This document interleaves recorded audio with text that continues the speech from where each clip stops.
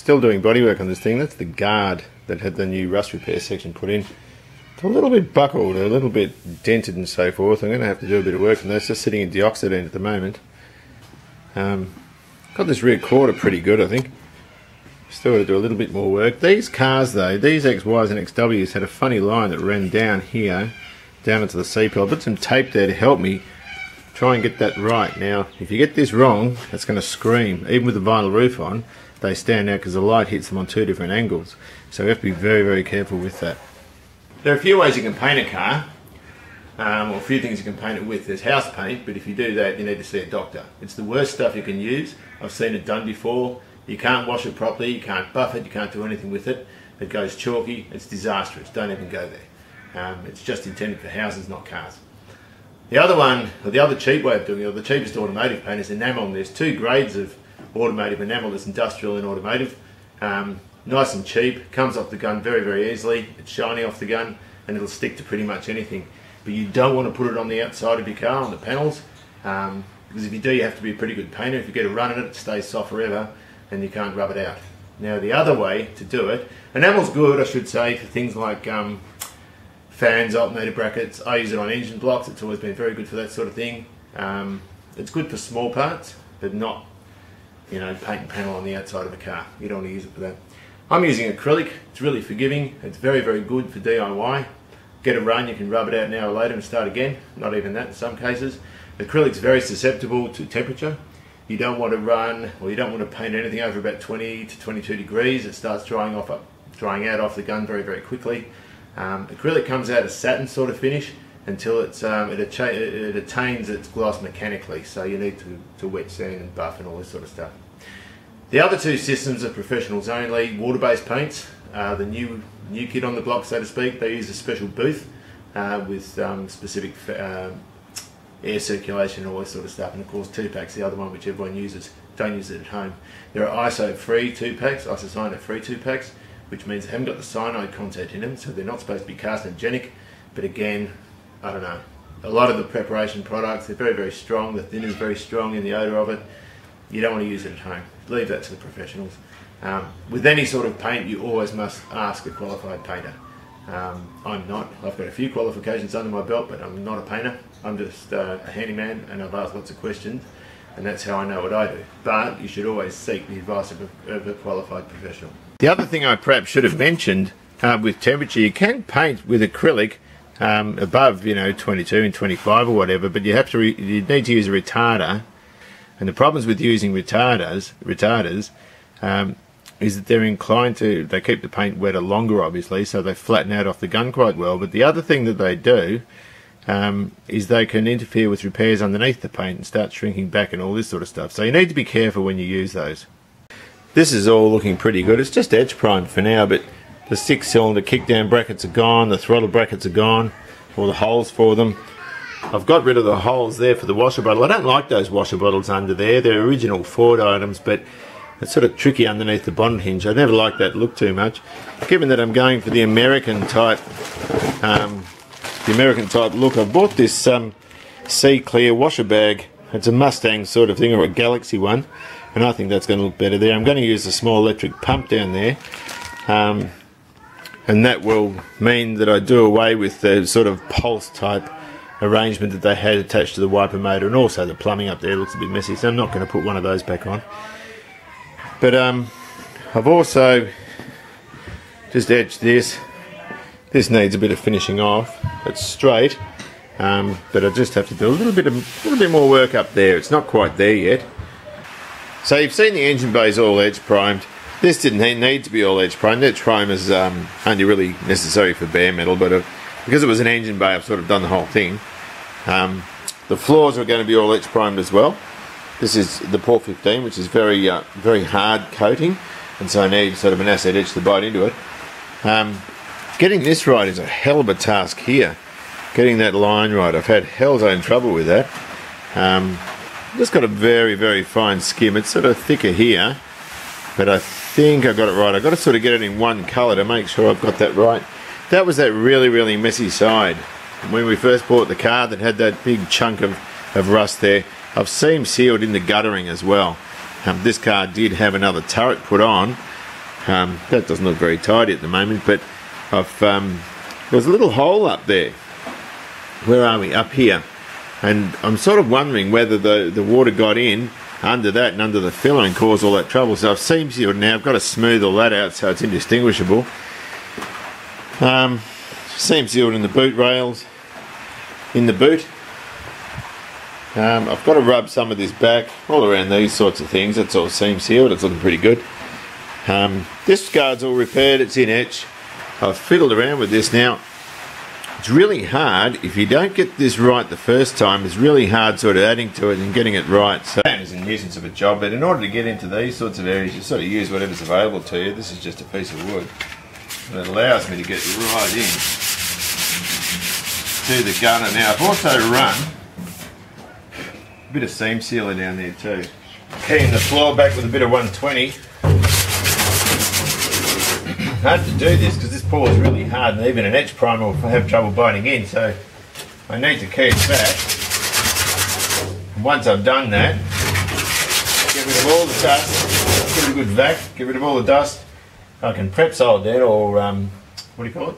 Wax and grease remover, that sort of thing, and then I can etch prime it. So at the moment, it's all the boring stuff,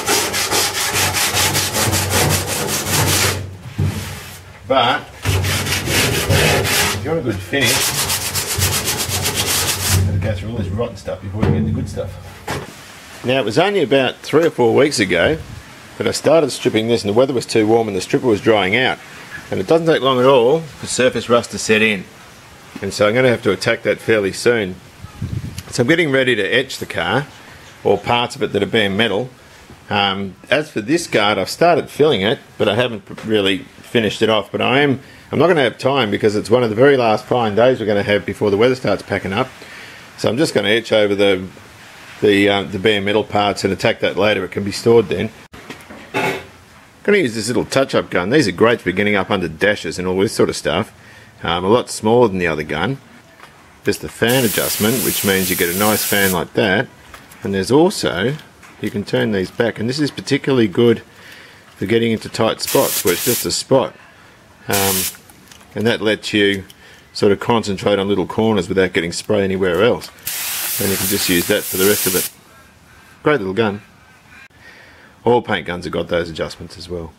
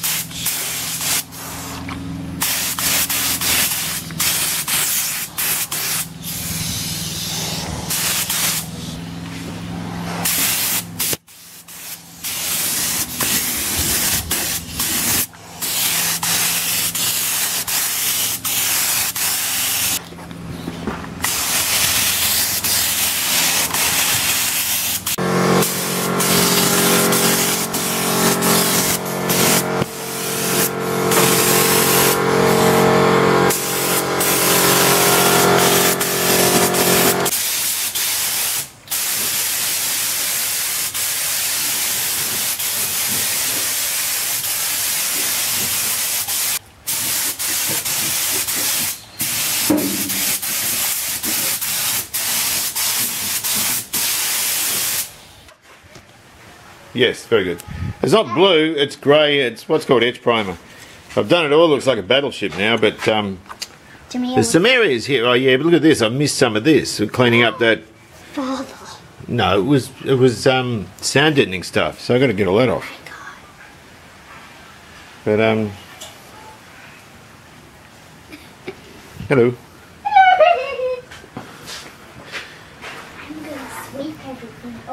Don't sweep it yet, because I don't want any dust. Well, there's dust in here, but I don't want too much more. Anyway, I'm getting there. I'm not going to do any more painting today. It's cooling down now, so I'll etch prime the in the boot. There's bare metal and all sorts of stuff that needs to be covered, and then I'll high fill the whole thing. It'll look a lot better in normal regular primer, don't you think, Rose? Oh yeah. Yeah, it'll look better. It looks bloody awful now. Well, I'm looking at the temperature and the humidity, 22 degrees and the humidity 64%. It'd be good if the humidity was a bit below that. A lot of people talk about it when painting. The reality is, though, an airline travelling or trapped air in your airlines is going to be far more detrimental to paint than what the humidity is, but still you don't want it too high.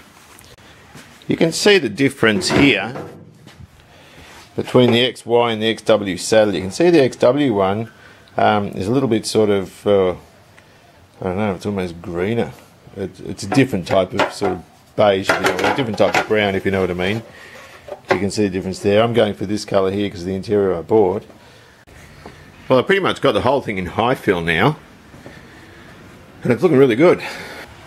All the jams and everything. Had awful trouble. I think I was wrong about this car. It was painted in enamel, which is why the edge primer started rejecting and carrying on. And so I had to take all the rest of the enamel paint off. So you can see in there, I've gone in here. I've only gone quite thin in there.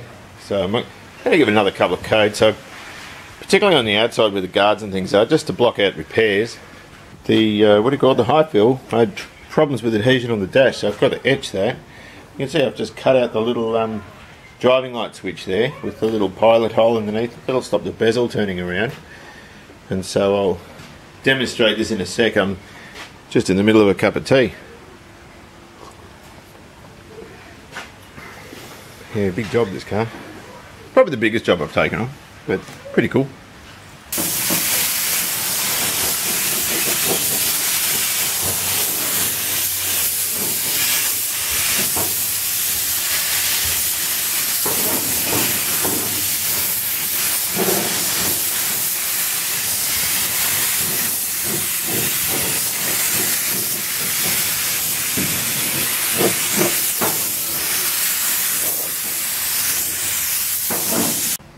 Got down to 49 before, which is pretty good. 23 and 49. I sort of petered it, but leveled out pretty much at 22. Yeah, that looks alright. I've sort of gone up under here as well. Heap of work, but worth it. There's loads and loads of little bits and pieces that need to be painted on this car, and there's also loads of high fill on here. Now it needs to rub it all back. I've sort of marked bits and pieces. I've got a little etching gun out. That's the etch primer there on the. That's a piano hinge for the glove box door. And just because it's a different colour, it doesn't matter what sort of paint you use. I can throw a guide coat down, just like that, and that'll just show up any highs and lows as I'm rubbing the thing back. Even with the guide coat on, I can still see my instructions here. I went around with a fluorescent light yesterday and just circled little bits and pieces, but I can still see through that. So when I come to rub it down, I'll know exactly where I'm at. Well, everything is in primer. Everything is grey. It looks really ordinary. It looks like a battleship in here. Now, with acrylic, the good thing about acrylic is when you paint it, you're painting it sort of that far off the gun. By out here it's dry and it just falls away as dust, and that's what we've got all over the place here. You just brush it up, sweep it, vacuum it, whatever you want. But once we start putting colour down, we do have to mask off. Now I'm going to start with the dash, the A pillars and B pillars, because that's the easiest thing to mark off before we start painting everything white. Now, the only visible part of the dash is this strip here, there, and where the ignition switch and driving light switch are. The A pillars are visible. The B pillars will be covered in vinyl, but I'll paint them anyway because that's the right way to do it. But there's an awful lot of sort of painting around here, which is not going to be visible because we've got wood grain here, we've got dash pads under here, plastic bits and pieces, all that sort of thing. And of course the carpet comes up here. But traditionally these were painted sort of up underneath and down to about where that tunnel is, where that seam in the tunnel is. So I'll start painting that now. That's going to be the easiest thing to mask off, and then I can start doing the white.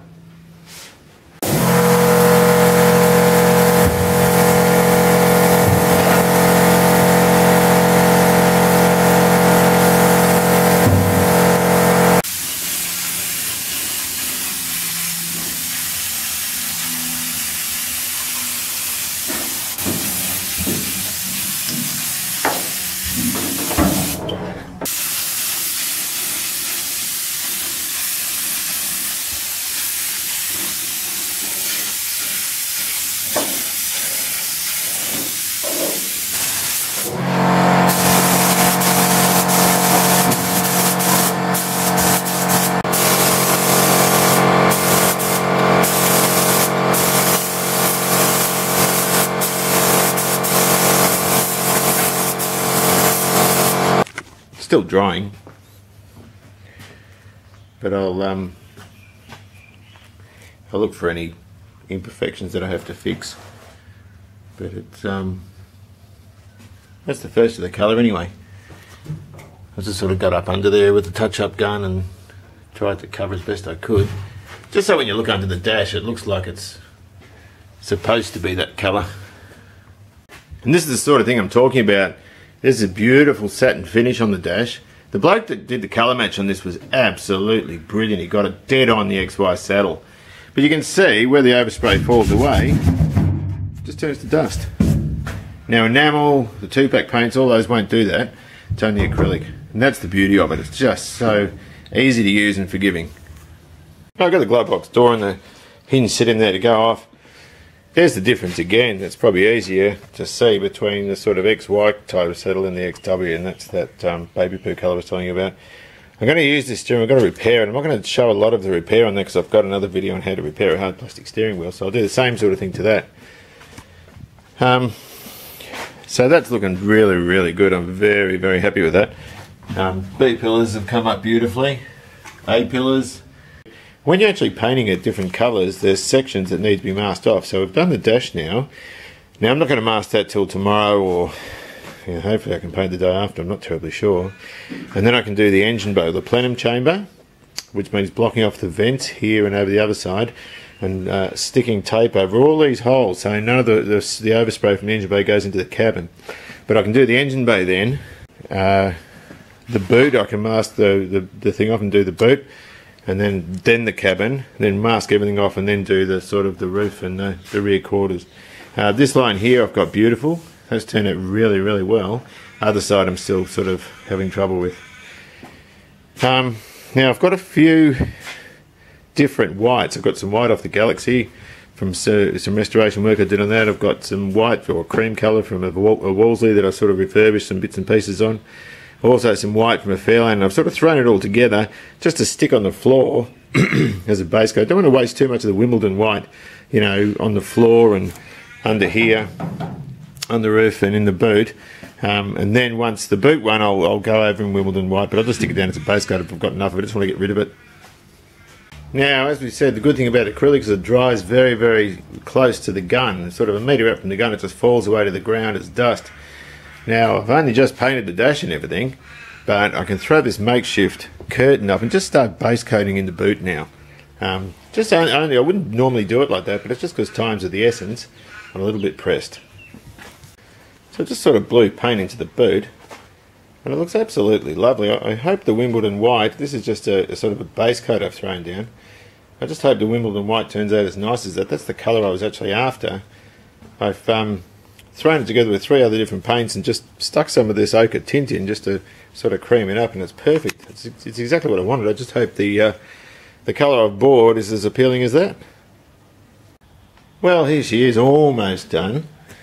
I've done the floor in that generic white I was talking about before. Jambs are done, and the boot lid's all done, or inside the boot I should say is all done. I've done all up in here as well, around that side and up there and around there as well. Not finished at all. Engine bay's done. A lot of masking and that sort of thing. Haven't yet done the roof or the rear quarters, so that's not done yet. So I just need to do those, and then the Paw 15 all under here, and where the front suspension mount underneath, all that sort of stuff, that has to be done as well. Being acrylic, it's sort of a satiny finish. These sorts of areas I'll sort of colour sand and buff them. The same with the shocker towers and around these jambs and that sort of thing. They're not too bad the way they are, but in order to make them look better, they'll have to be buffed. 2-pack comes off the gun nice and shiny because it attains its gloss chemically, whereas acrylic you have to do the manual work. But I'm still pretty happy with it. And I'm going to leave it there. I reckon that's enough for this video. Next video we'll have the car all painted, all the shell all painted and finished, and I'll start fitting it out. See you later.